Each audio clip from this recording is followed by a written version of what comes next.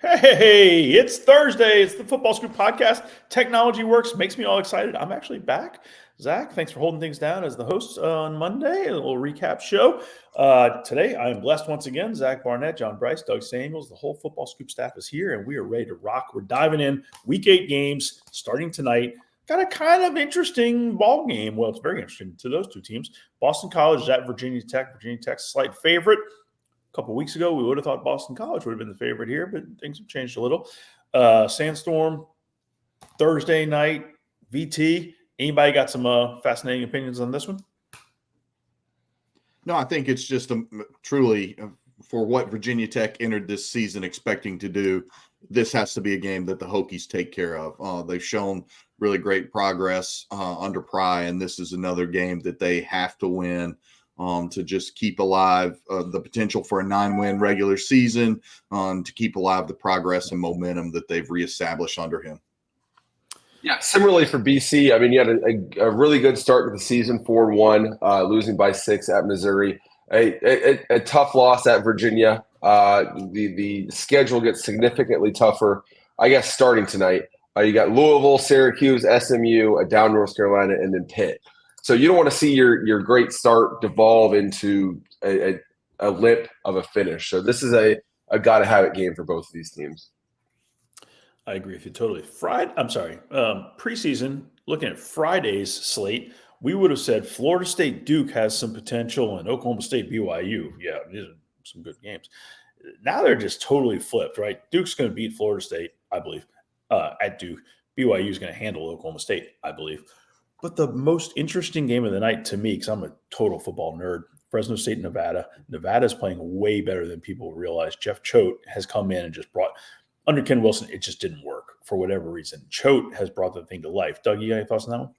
Yeah, I think I saw a stat earlier this morning that Matt Lubick, who I think a year ago was going through leukemia treatments, has completely flipped that offense from one of the worst in the red zone to a top 5 in all major red zone categories. So that's a big reason why for the turnaround. Head coaching change also as well, but Matt Lubick has done an outstanding job with that offense, and you really saw it week 1. They played SMU really tough, and SMU has been one of the pleasant surprises of the college football season. So have a cup of coffee, have an espresso, and try to stay up for this one. So that one's a 9:30 Central kick. Fresno's got I think Fresno's favored by 3. Nevada's coming off a big win. I might throw that one in the Football Scoop picks, and we'll have some fun. I think Oregon Purdue has some intrigue as the best team in the Big Ten against probably the worst team in the Big Ten. In that you're coming off such an emotional high. I mean, you put everything you had into beating Ohio State, including digging elbow deep into the rule book to find any advantage. And now you got to go to the complete opposite of that emotionally. A short week road trip, which is not easy, to Ross-Ade Stadium, which is going to be, people in the Big Ten talk about how difficult it is to play at Northwestern because it's so different than everything else because the stadium's often just dead. Not to say Purdue's going to be dead, but it's going to be a very different environment. And I think that's a game where if Oregon's not careful, they could find themselves mid-second quarter and it's like, it's 7-7 right now. We should probably start playing hard. I would be stunned if that's a close game. Purdue still doesn't have a win against an FBS team. I'm not sure if you maybe I already said this, but if you put Purdue and Kent State on the field, I'm not sure the game would ever end because neither team wants to win a game. Purdue is going to stick with Ryan Brown, the young kid at quarterback. He was really nice last week against Illinois. But Oregon is probably sick of hearing as much about 12 men on the field this week as it has heard about the fact that they did beat Ohio State. And Lanning is really good at keeping his team level, keeping them motivated, and I'll be surprised if they don't just eviscerate the Boilermakers. Yeah, Lanning might put 10 out there on the field and see if they can win around. I don't. To be clear, I don't think Purdue is going to win. I think it's more likely that this is one of those. Hey, that's closer than I thought it'd be in the third quarter than a 56-7 annihilation, in my opinion. Yeah, trap game potential. I hear what you're saying. To me, what Oregon needs to do is simply win the game. It doesn't matter if it's close or not. They got to show up in the biggest of the big games. which they did with Ohio State. They got to get into the playoffs, and then they got to go win a national championship, like a bold prediction. Speaking of bold predictions, so on Saturday morning, first game I see on schedule is Miami at Louisville. Zach, you started big, and you went Miami making it to the semis, undefeated. So this is a big game, big test for these guys, yeah? Yeah. I was just looking up the stat for on the line. So Jeff Brom has beaten a ranked team in the month of October in 5 of his 6 seasons as a major conference head coach. That includes the landmark Purdue drubbing of number 2 Ohio State back in 2018 when they beat the brakes off them. He beat a number 2 ranked Iowa on the road, which is amazing to think about Iowa being ranked number 2 in October. That was in 2021. Just last season, he beat a top 10 Notre Dame team. So he finds a way to get his teams playing top 10 level ball at least once at midseason against the Miami team that has flirted with disaster twice this season. The Virginia Tech win, you can excuse that as one of those like, hey, every team has one of those games. They had to pull a cat out of their bag at Cal. Usually that portends that a team that's got real issues and is going to meet defeat at some point. So we'll see if it's this Saturday.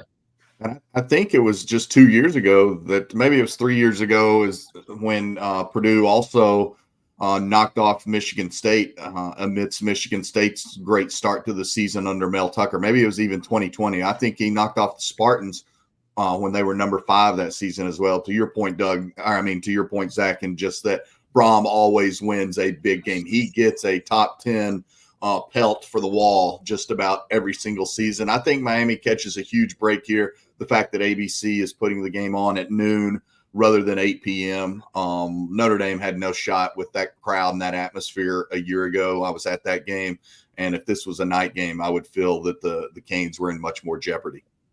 Yeah, he beat a third-rate Michigan State team in November of 21. Yeah. The depth of knowledge of you two is just stunning to me. Okay, so Virginia, Tony Elliott's got that team playing so much better, playing what we kind of expected out of Tony Elliott's squad. Virginia's playing well, but boy, they're going to Clemson, and Clemson has just been beating the pants off of everybody. Any thoughts on that one, gents?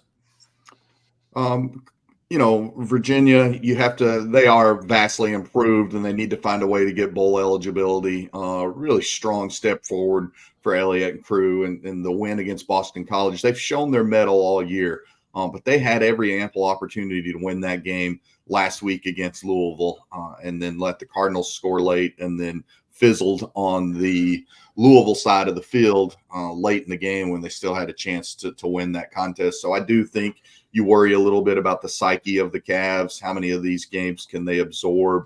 And I think that the Clemson defense is just a different animal than what Virginia's faced to this point. So I don't agree with it being like a 21.5-point spread. I think that's the last I saw. But I think Clemson wins this game by 2 scores for sure.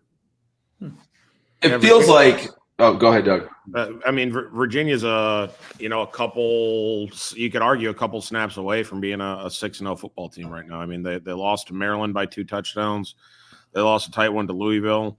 But their schedule for the next 5 weeks, they've got 4 ranked opponents in Clemson, Pitt, Notre Dame, and SMU. So it's pretty brutal. You got North Carolina in there in between, but I think over the next 5 weeks we're going to see whether Virginia is for real or they just had kind of a soft schedule to open the year.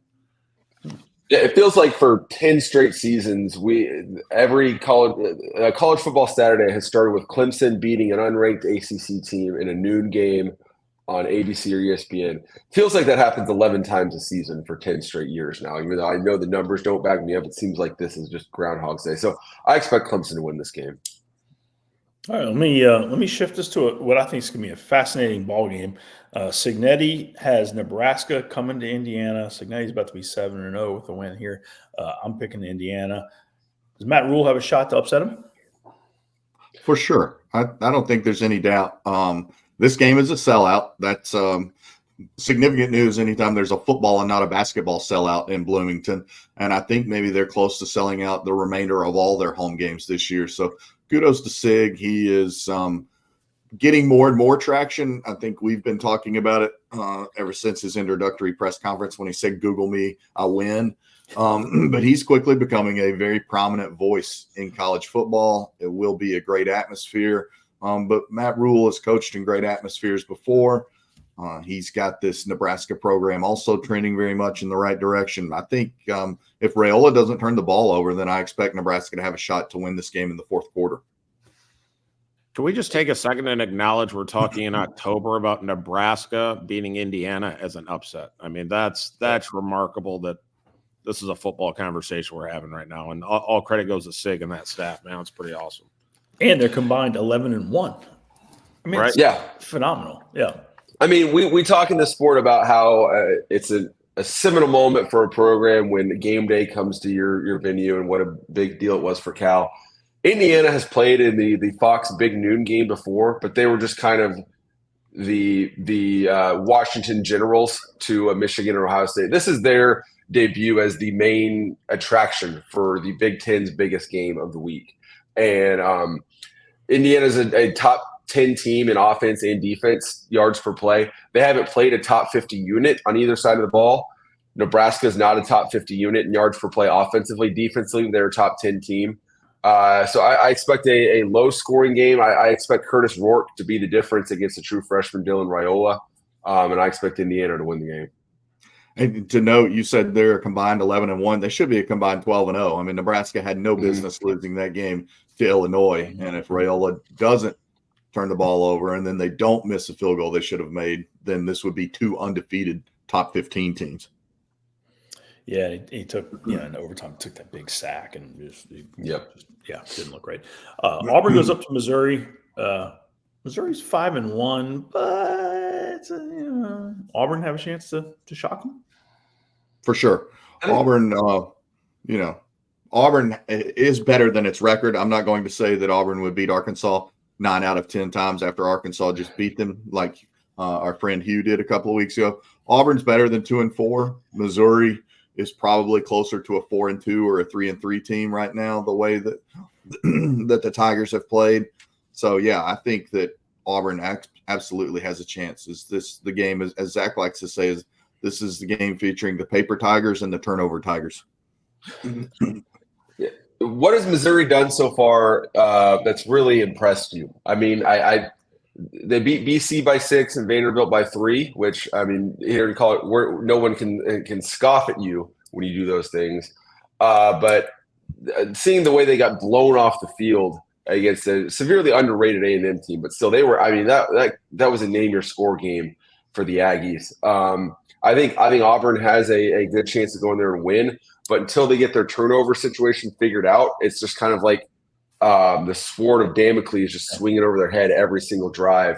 I like the black and gold Tigers, but not confidently. Doug, can I ask you to explain what the sword of Damocles is? I was actually just about to ask you guys that same exact question. So came to the wrong cat, man. I remember hearing about that when I was like 10, but moving on. I got to throw out one thing that frustrates everybody per episode. It's in my contract. It doesn't frustrate us. It entertains us. So here's where we are in college football. East Carolina is playing Army, and I almost just moved past it, like it just dismissed it. Like Army is just going to handle them, which they are, and moved to 7-0. And what a time to be alive! This is awesome. How many weeks till the big Notre Dame Army game, JB? It's not till the 23rd of November, but as we get into both the Notre Dame Navy is coming up soon. Yeah, Notre Dame Navy is next weekend. So okay, that's what. Yeah, exciting times. Awesome. Wisconsin's at Northwestern. That's a fascinating little ball game. Wisconsin's got a little bit of offense now. I don't know how that one plays out. I think that one will be close, but I like to see Wisconsin's offense back on track and a fiery Luke Fickles. So I don't know if that's in our picks, but I'm also not going to tip my cap because I got some ground to make up. So I'm not telling any of you guys what I'm picking. All right, Doug, you're the air raid expert, and you're also the Great Lakes weather expert. You know far more about those two topics than I do. So, if you're Wisconsin, are you a little bit nervous about going in to throw the ball when you're playing spitting distance from Lake Michigan in the fall. No, you are who you are, and I mean, Phil Longo has learned the air raid from some of the best in the country, but he's a power run guy. He's in more 11 personnel than any probably Big Ten program. So he lives in 11 personnel, and they find a way to run the balls. But I mean, that's not a deal breaker by any means. I know when he took the job, decided to take the job at Wisconsin, he did a weather study on what the average temperature was in Madison, Wisconsin during the fall, and actually and I know they're playing at Northwestern, but just to give you kind of his train of thought, like the weather in Madison, Wisconsin had a higher average temperature than Columbus, Ohio. So that doesn't really factor into any of that. And I would note on the weather front, I think it's supposed to be beautiful this weekend in the Midwest, like in the 70s, Zach. So to your point, especially with that temporary field literally on the banks of Lake Michigan, it could be a concern for any team depending the weather. But it looks like Wisconsin's going to get a Chamber of Commerce day for its visit to Northwestern. And then the other thing to me that I'm picking Wisconsin if this game's on our picks is Tyree Walker, the transfer running back that the Badgers have from Oklahoma, the Vegas native. He's picked it up and is running incredibly well of late. I think he's got maybe 8 touchdowns on the year, something like that. Anyway, I like Wisconsin because it might be air raid, but Tyree Walker is giving them a great force on the ground. Hey, also quick note, living in Chicago for a couple of years, it's obviously known as the Windy City around the United States, but that is more due to the political climate in Chicago historically than the actual wind. So take that for what it's worth. Wow, Doug. Putting on a civics class. Let's go. I don't have the sword of Damocles or whatever above my head, but I got a little nugget for you. I see your sword of Damocles, and I raised you civics in an election year. This man, Doug, the Renaissance man Samuels. I love it. Well done. All right, so we're still in the 11 o'clock window, and we're 17 minutes in, gents. Arizona State's quarterback being out is unfortunate. When Jeff Sims came in, they weren't the same.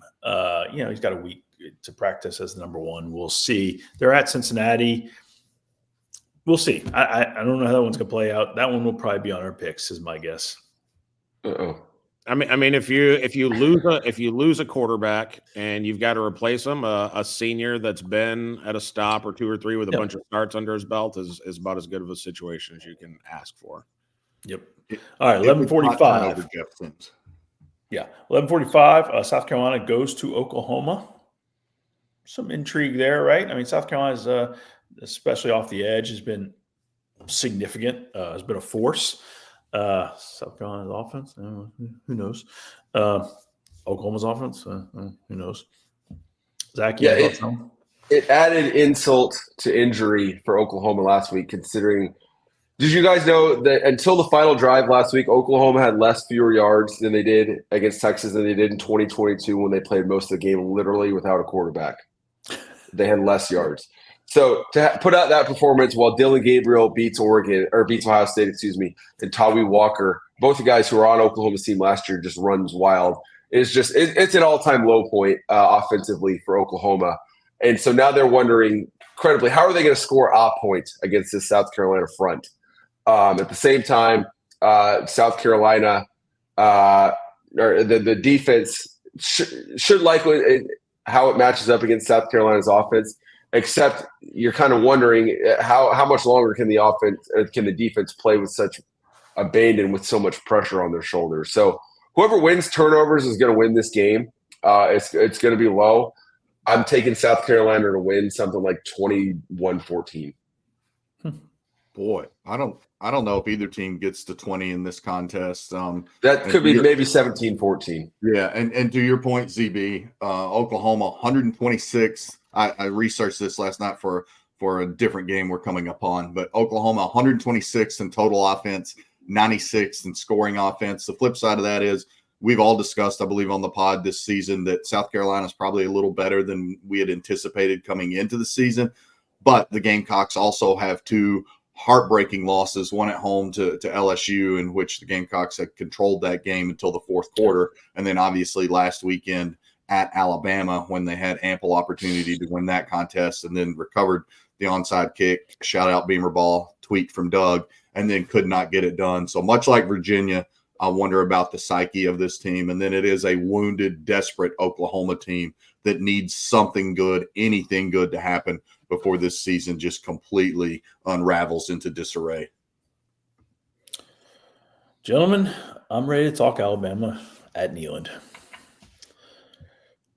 JB, I'm coming to you. Alabama traditionally handles Tennessee. Traditionally. What, like something like 11 of the last 12 or something like that? Am I crazy? Oh, yeah. All right. Yeah. How's this one play out? Well, this one is what I've dubbed teams in identity crises, but not the ones you would expect. Tennessee is in the midst of an offensive crisis. Alabama in the midst of a defensive crisis. Yep. But Tennessee has leaned on its defense all year. Alabama leaning on its offense. I probably have a little more faith in the Bama offense to be effective against Tennessee's defense than I do Tennessee's offense right now to be effective against Bama's offense. Tennessee's got to feed Dylan Sampson a lot, but as we noted, the Vols are still just really, really poor on the offensive line. And you feel like Alabama's talented and will put together a much better defensive performance at some point. Is it this week? I don't know.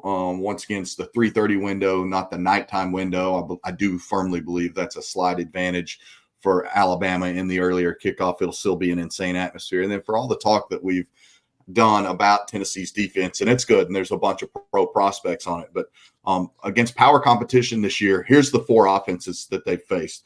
OU, 126 in total offense, 96 scoring offense. NC State, 100 total offense, 86 scoring offense. Florida, 59 total offense, 71 scoring offense.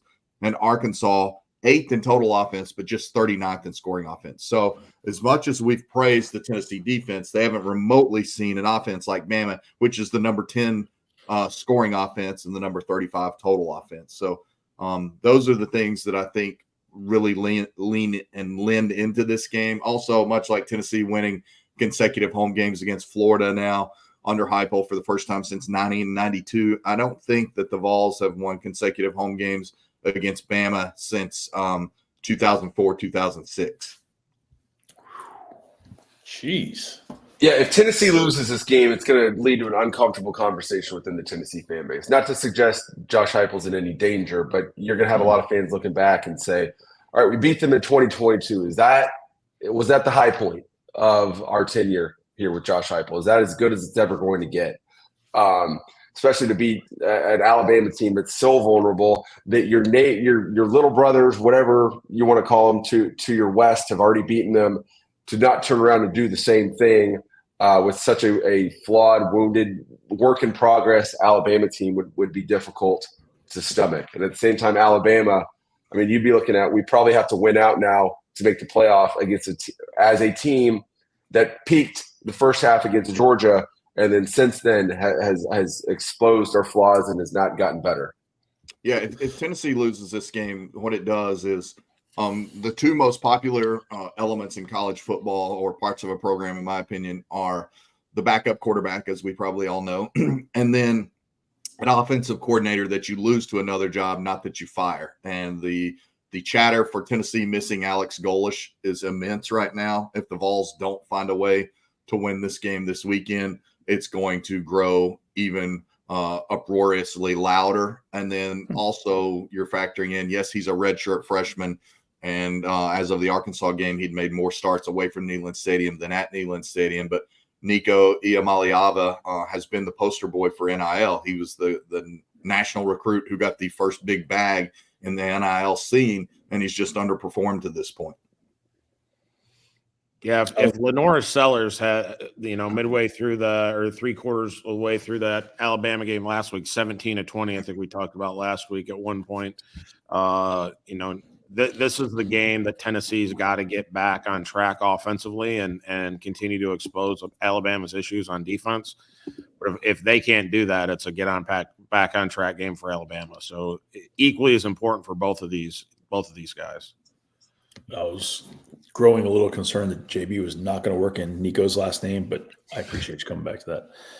All right. Georgia Tech has found a way multiple times this season. They host Notre Dame. Notre Dame has looked better of late. JB, this seems like a battle to me. Yeah, I think much of it hinges on whether or not Haynes King is healthy enough to play. I think he missed the last 3 series of North Carolina of the last minute win against North Carolina. The Tar Heels had rallied to tie it at like 34, and Georgia Tech clearly playing for overtime hands it off, and North Carolina's defense so bad it gives up a 70-yard run. So if Haynes King can't go in this game, I don't think the Jackets really have a chance. I do love what Jeep Wade has done with that offensive line, what Buster Faulkner is doing with the offense. They're really nice. But also, this is a game in Mercedes Stadium instead of Bobby Dodd Stadium. I think Georgia Tech wants to play one game in the Falcons' home every year as a home game. The way this season's going, I bet they really wish they hadn't designated that game to be Notre Dame. So, yeah, that's a check. Yeah. I mean, the downstream effect of that Northern Illinois loss is this is absolutely a must-win game for Notre Dame, especially considering their schedule is difficult. Army, Navy, an improved USC team, although we'll see what sort of shape they're in by the end of the season. Mm-hmm. An improved Virginia team, absolute must-win for Notre Dame. Yeah, and Notre Dame, for what it's worth, is favored double digits, and Marcus Freeman just can't absorb another loss as a double-digit favorite. He's had way too many of those. I would not say Illinois is playing their best right now, but they're hosting Michigan. I think Michigan's a slight favorite, I think. And that's going to be on our picks, gentlemen. I'm looking for input. You're looking for cheat sheet information from the leader of picks is what you're looking for. I was looking at Doug. Yeah, I mean, Illinois to escape with a win against Purdue last week, I think that's a score that a lot of us didn't see coming. I really think this was going to be one of the most underrated games of the weekend. You've got two teams that love to run the football, that want to play a physical brand of football, that want to play solid defense and keep the ball on the ground. So. This is in the 3:30 slot, which I know there's a handful of good games in, but this one probably doesn't go full screen YouTube. But I'm torn on this. If I had to give an edge to someone, I think the coaching edge is at Illinois with Brett Bielema. I think the Michigan staff is still kind of gelling a little bit and trying to figure some things out, and there's the quarterback shuffling that's going on that hopefully they found an answer with Jack Tuttle, but I'd give the edge to Illinois right now. Yeah, I think it's they're celebrating 100 years of Memorial Stadium this weekend at Illinois, wearing those special tribute uniforms. I think the helmets Awesome. that are made to look like leather helmets in honor of Red Grange. And I like the way you make a great point, Doug. I think that the headset advantage rests squarely on the sideline of the Illini, and then I like Luke Altmaier at quarterback for the Illini. I think he's playing incredibly well. I would pick probably the home team in this game, and I would also pick Illinois on a neutral site in this game. So I'm not leading picks, but there's some help for you, Scott. The last time these two teams played, a much worse version of Illinois took a much better version of Michigan to the wire at the Big House.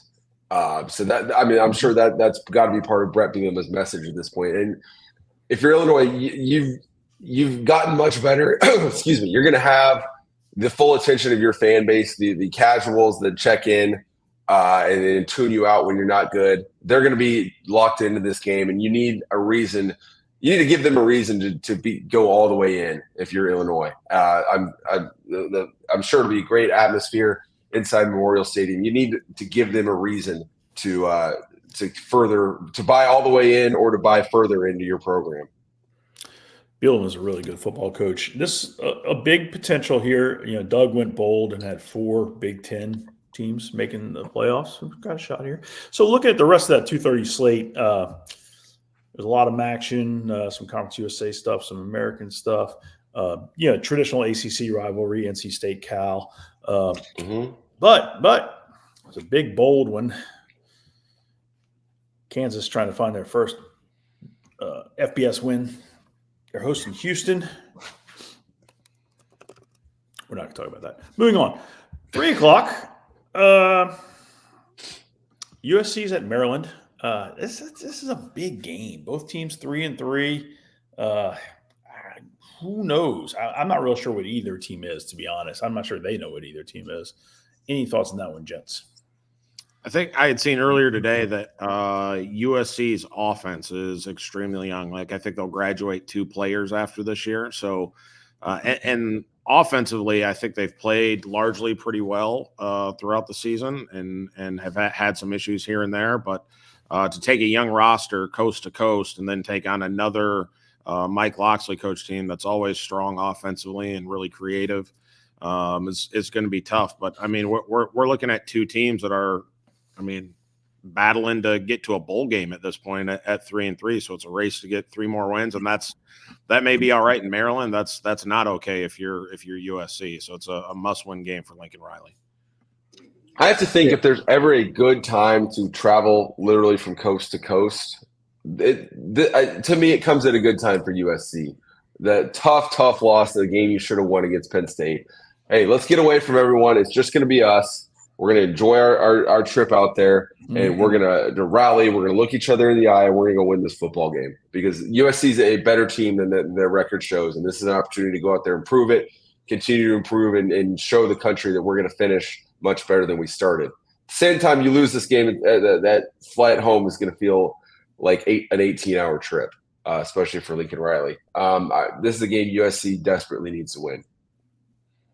Yeah, I think that I like USC in this game. I also like the over in this game for what it's worth. I was just checking. I think there will be a lot of offense in this game, a lot of points scored, but I think USC wins this contest comfortably. It's hard to shake the fact that Maryland gave up 37 points a week ago to Northwestern, and that's not knocking Northwestern. We have a lot of respect for Braun and what that staff has done, and they play great defense, but they're not known for their offense, and they rung up the Terps for 37. And so I think because of that, I think Maryland has taken a step back. I was just looking here. They started last year 5-0, and since that time, they're like 5-7.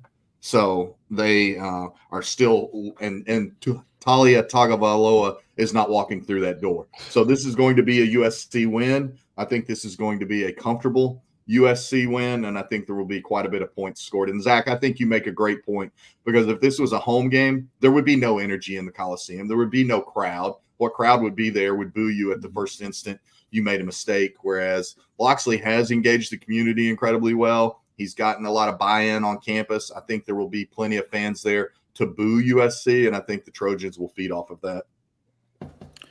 Coach Prime goes to Arizona, looking to add his 5th skin on the board. Looking to move 5-2. Arizona's down some guys in the defensive secondary. Chance for Prime to go to 5 wins. Yeah, Arizona's a flawed work in progress team. That this is a game Colorado should win, and let's see if Travis Hunter, how many yards he can gain if he catches the ball 95 times in this game. 95 times. Zach, quick question for you. Texas Tech is hosting Baylor. Texas Tech's 5-1. Does Baylor have any shot? Sure, they have a shot. I don't. Texas Tech's played much better. I believe Taj Brooks is back healthy, running the ball really well. I think they would need significant help from Texas Tech to win this game, and Tech's played much better football since that ugly Washington State loss. Really good potential game. 3 o'clock window. James Madison is at Georgia Southern. Georgia Southern is no ULM. James Madison, Georgia Southern. This has great potential, I think. Yeah, I believe double checking here on my. Yeah, this is a Georgia Southern leads the Sun Belt East Division, and James Madison's in that gaggle of 1-1 team. So we mentioned it last week. There was a must-win game for the Dukes, and they won it, and that's another must-win game for them in a game with real college football playoff implications. A Sun Belt game with playoff implications. That's the new world we're living in. Good stuff. Jeff Lebby was in national news in conjunction with Kirby Smart pushing the quarterback. After that, I don't think Jeff Lebby's going to be in the national news the rest of the season. I'm going to move on past that one. Ball State Vanderbilt doesn't excite me. Okay, so we get to Georgia, Texas. Does anybody have opinions on Georgia, Texas? Yeah, I have an opinion. Why did it take us 35 minutes to get to this game? So We cut I this up. understand. This will be the lead. We'll cut this right in up front. I understand you're going chronological order or something like that, but come on, man. Last thing I'll say about Kirby Smart shoving the Mississippi State player. And if you're not a Seinfeld fan, you won't get this, but kid's name is Michael Van Buren. You don't mess with the Van Buren boys.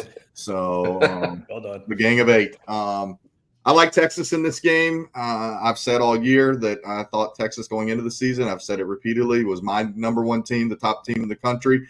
Quinn Ewers is playing better than Carson Beck. Carson Beck isn't turning it over a lot, but he's turning it over some. And I just think the sum of Texas's parts right now are better, particularly playing key roles than what they are at Georgia.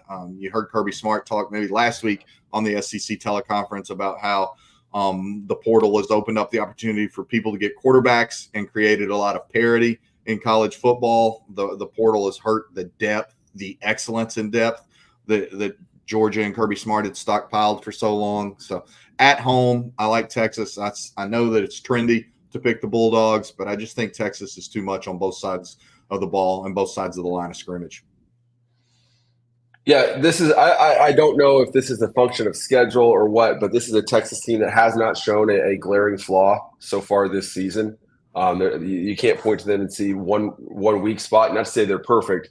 And Georgia has exposed flaws, and Georgia's obviously played a more difficult schedule thus far than Texas has. But Georgia's not running the ball like you'd expect a Georgia team to do. They're not defending the pass like you'd expect a Georgia team to do. And Texas can do both of those things. Georgia's looked like Georgia for 2 halves of football, now 6 games into the season.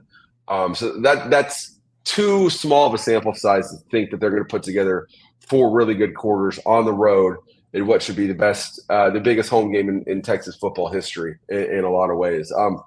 The one advantage I think Georgia has is I feel more faith in Carson Beck than I do Quinn Ewers, given that the last time we saw Quinn Ewers last Saturday, he actively took points off the board for Texas. Anytime he's been doubted, he's come out and played a great game, but he didn't do it last week. I think Georgia, slight edge to quarterback there. Most of the other edges go to Texas in this game, and I think Texas wins.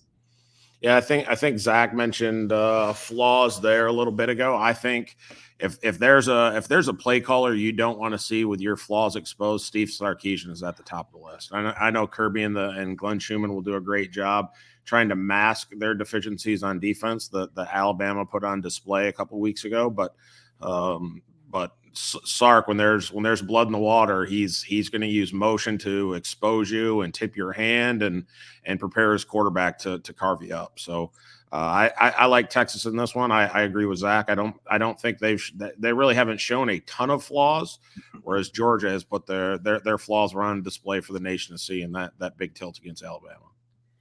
Zach, correct me if I'm wrong, but I feel as if what I've seen out of Texas this season, they haven't started particularly hot on offense. I feel like it's taken them a couple of drives. Am I missing something, or am I seeing that right? So Oklahoma was a disaster in the first quarter. Mississippi State, they started slow. Michigan, they came out hot. They came out and should have scored a touchdown. Bad holding call, pulled it back. They were firing pretty early on in that game, and everything else they played patsies. So Oklahoma, they started slow. Michigan, they came out firing from the jump. How dare you call ULM at 5-1 a patsy? That's offensive.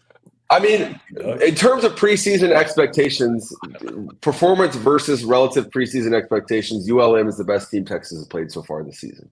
I honestly, I didn't watch that game. Forgive me. But, some coaching acumen. Brian Benson's like, hey, we probably wound up losing by 6 late. Let's pull our guys back, keep them healthy, and let's go 11-1. Yeah. Pretty smart coaching. Who knows? Mm-hmm. Who knows? LSU is at Arkansas. It's a game. It's a game. I don't know. The mood in Baton Rouge is there are so many times when Arkansas has been a little down and they get LSU. So the mood is cautious in Baton Rouge. We'll see. As it should be. This is a dangerous spot for LSU. Coming off that huge win, everyone's looking forward to that trip to Kyle Field next week in what should be a huge atmosphere, huge game, probably a playoff play-in game for the winner, assuming LSU gets through this game. Arkansas is one of those teams that I think Auburn's in this category as well as teams. I don't care what the record is. You don't want to play them. You don't take them lightly. So I would be concerned if I was an LSU fan. Yeah, especially at night on the road, the Golden Boot rivalry. I think this will be a great game. And as you alluded to, Scott, and they played this game a number of times on the Friday after Thanksgiving, and it was always rife with SEC championship game implications, and it was just a supremely fun game to watch. And as I noted earlier, the Arkansas offense under first-year coordinator Bobby Petrino, God, that still sounds weird, is so dangerous and doing so many good things. And number 8 overall in total offense. They don't score it enough when they get in the red zone. They have to settle for too many field goals, and it nearly cost them in their signature win at home a couple of weeks ago against Tennessee. But I think this is a great game. I think this is a really high-scoring game, and I think it'll be a one-possession game in the fourth quarter. Iowa State's got UCF coming to town. Does that cause any concern for the Cyclones? I think Iowa State should handle them. They and BYU are playing the best defense of anyone in the Big 12. Yeah, if Iowa State can go win by a dozen at West Virginia, then it will handle Central Florida at home. I don't think Iowa State's good enough to take anyone for granted, but I expect Iowa State to handle the Gus Bus at home. Yeah, Gus Bus, I think, is still in the shop waiting for some parts to come in. So, Matt Campbell. K-State is Chris Kleiman. It just is. They're going to fight and then find a way, like they did versus Colorado. They're going to West Virginia. K-State's 5-1. They're going to beat West Virginia in Morgantown. I think this is a close game late. I mean, going to Colorado and then going to both of our nation's mountain ranges in back-to-back weeks is not easy to do. I think this team goes as Avery Johnson goes in a lot of ways, and I just always. Yeah, I still worry about his. I still think he's a better athlete than a quarterback, and if he can go out there and play 4 consistent quarters, then K-State wins. I don't know that he's got that in him at this point. Yeah, the Mountaineers are 3-3. They haven't lost consecutive games, this year. I think that changes this weekend. I like what Kleiman and company do. I think that, again, the physicality of Kansas State is an edge in this game. And then you start worrying about where the Mountaineers go from here on the back half of their schedule. Obviously, an incredibly tough game that we're breaking down here. Then they have to go to Arizona. Arizona, a flawed team, as we've established, but they'll have the best player on the field in Tataroa McMillan. I like saying his name almost as much as Nico Iamaleava. And so I just think that I think Kansas State has the edge in this game, and I think that the season is resting squarely on the brink for the Mountaineers because, again, that Arizona, then to a very improved Cincinnati team, home against Baylor and UCF, and then close the season at TTU. Neil Brown and company had that breakthrough year last year to get some of the heat off. That heat can reemerge in a hurry up there near the coal mines of West Virginia if you don't stack some wins together on the back half of this season. Well said. Doug, Iowa's coming to East Lansing. Does Michigan State have a way to find enough points to beat them? Michigan State's inconsistency at quarterback. Aiden Childs was like the widely regarded as the top transfer portal quarterback in a lot of circles, and all he's done, he's thrown for over 1,200 yards, but he's been a turnover machine, 5 touchdowns, 8 interceptions.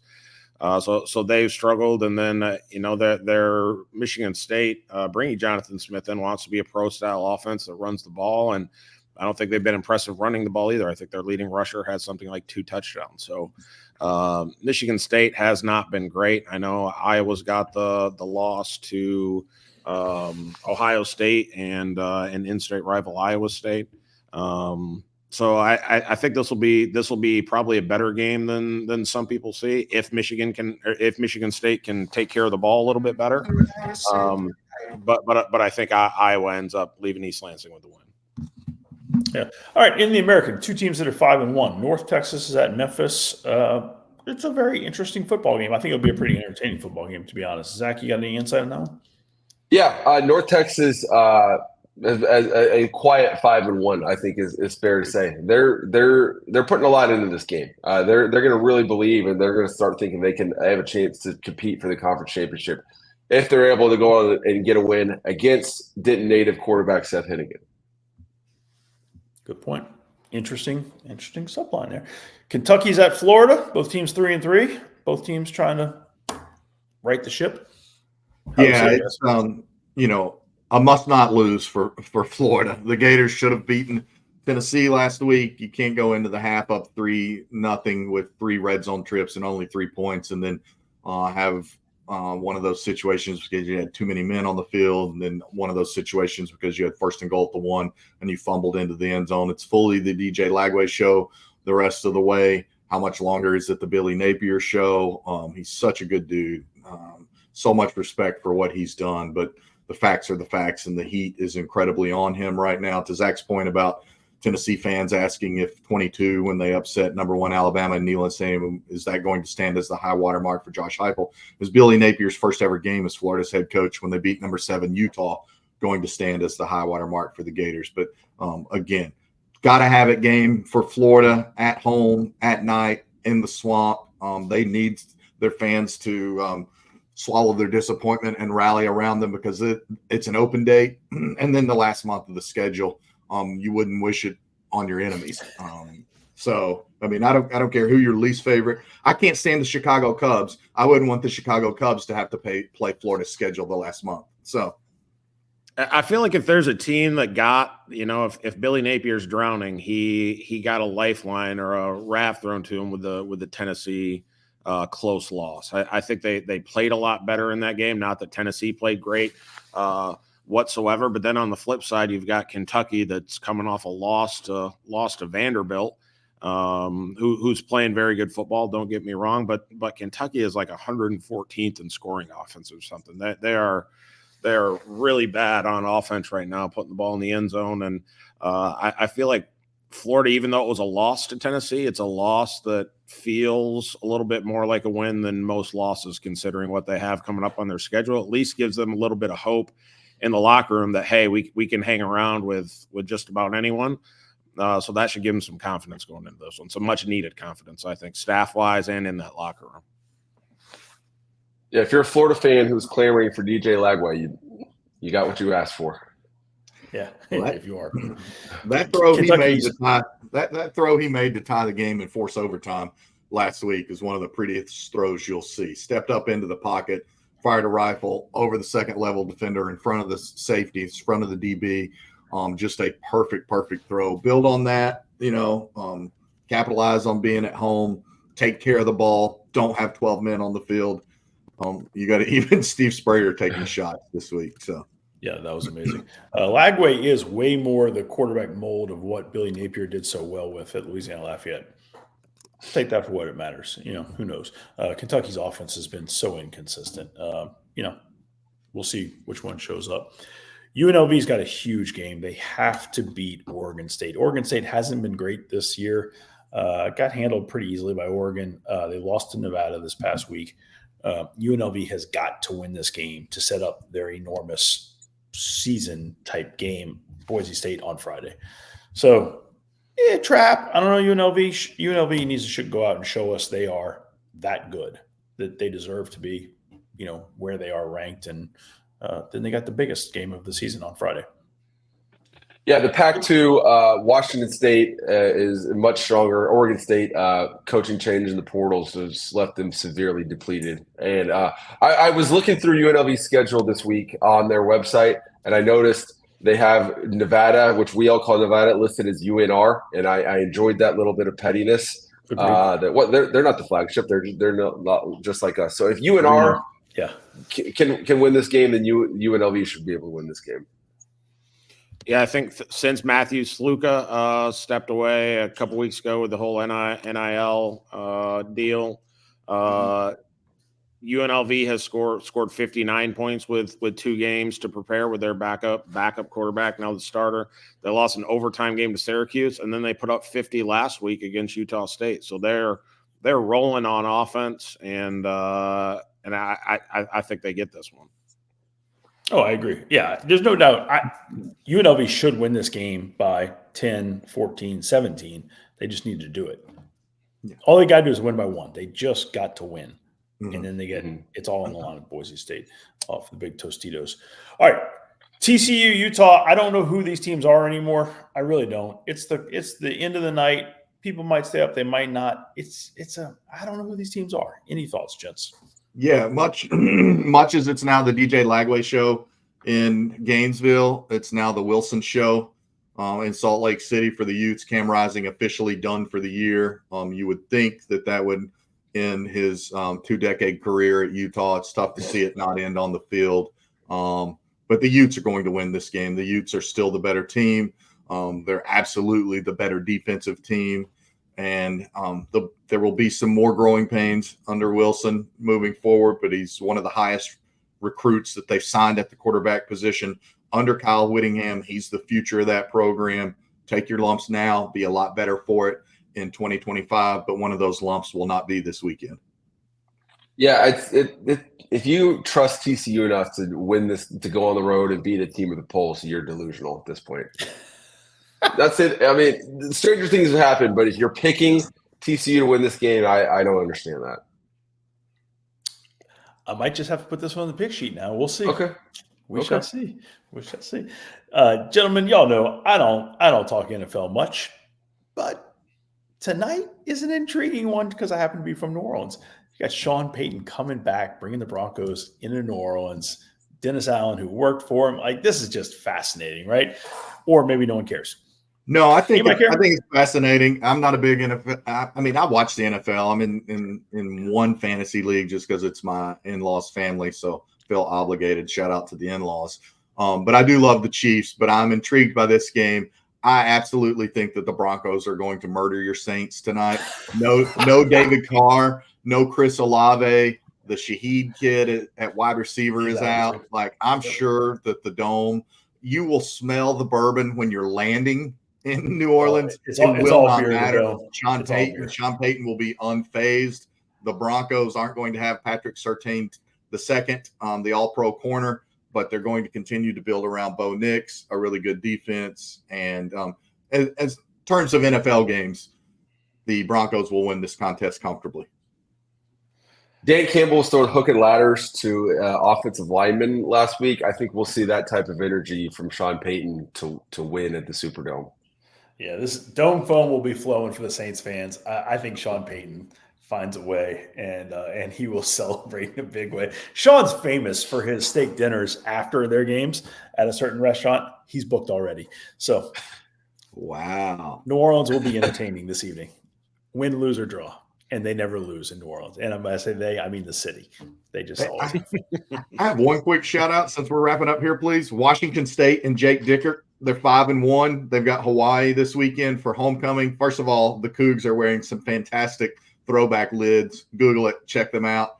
But they're on pace to potentially be 11-1 and be completely left out. And maybe the only possible bowl destination for them would be, I'm guessing, the Holiday Bowl might be the best they could get. It's crazy to think Washington State, which just 10 months ago was technically a power conference program, is going to go 11-1 and be completely out of any relevant college football conversations. We all know that they really got set back in that program during the COVID pandemic and had the nasty kerfuffle there with Nick. And so just a shout out to Jake Dickert and what that program is doing. Agreed. And you look at their schedule. Whew, boy, they're going to be challenged much. They're going to, Hawaii's just not very good. They go to San Diego State. That's a ball game. Utah State's not playing well at all. New Mexico's New Mexico. They have to go to Oregon State. Oregon State's going to try. And they close out with Wyoming, who's just beyond horrible. Yeah. Yeah. Best win on that schedule right now is Texas Tech, that week 2 game, Texas Tech. Mm-hmm. They got handled by Boise State. That doesn't help them a ton. But No. Path for 11-1 exists. Yeah, I'm not sure I see a. I agree with you. Not a great bowl game, even at 11-1, which is stunning. Yeah. Which is why you got to work at a good place with good leadership. Bingo, bango, bongo. Yes. Amen. Football Scoop Podcast. We thoroughly enjoyed going 55 minutes. If you're still with us, send me a note. I'd like to know about it. I'm still here. You are all loved. All right. Everybody have a great week. Enjoy Thursday night football, Friday night football, and Saturday. Doug, good luck this weekend. Peace.